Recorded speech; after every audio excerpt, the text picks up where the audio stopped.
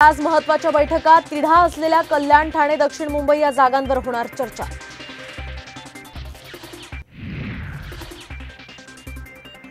आजपासून संजय राऊतांचा 3 दिवस सांगलीमध्ये तळ महाविकास आघाडीच्या प्रमुख नेत्यांना भेटणार, आघाडीतली नाराजी दूर करण्याचे प्रयत्न।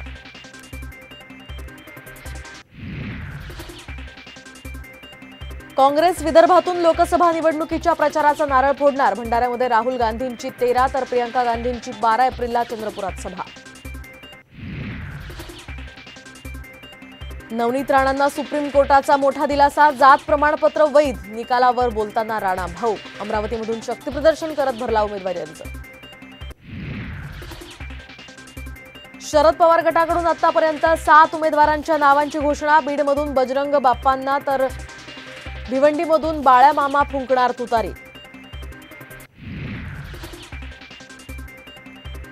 अजित पवार गटात प्रवेश करताच अर्चना पाटील यांना उमेदवारी जाहीर, धाराशिवमधून ओमराजे निंबाळकरांविरोधात लढणार लोकसभा।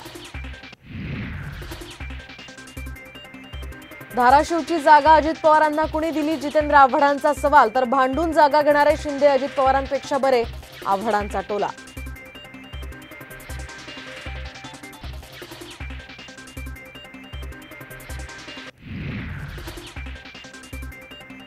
मी निवडणूक लढवणार म्हणजे लढवणारच, कॉलर उडवत उदयनराजेंची रोखठोक भूमिका। कोल्हापुरातील अंबाबाईच्या मूर्तीच्या गळ्याखालच्या भागाची झीज तर रासायनिक संवर्धनातील अवशेषांची झीज झाल्याचं तज्ञांचं मत, समितीकडून कोर्टाला अहवाल सादर।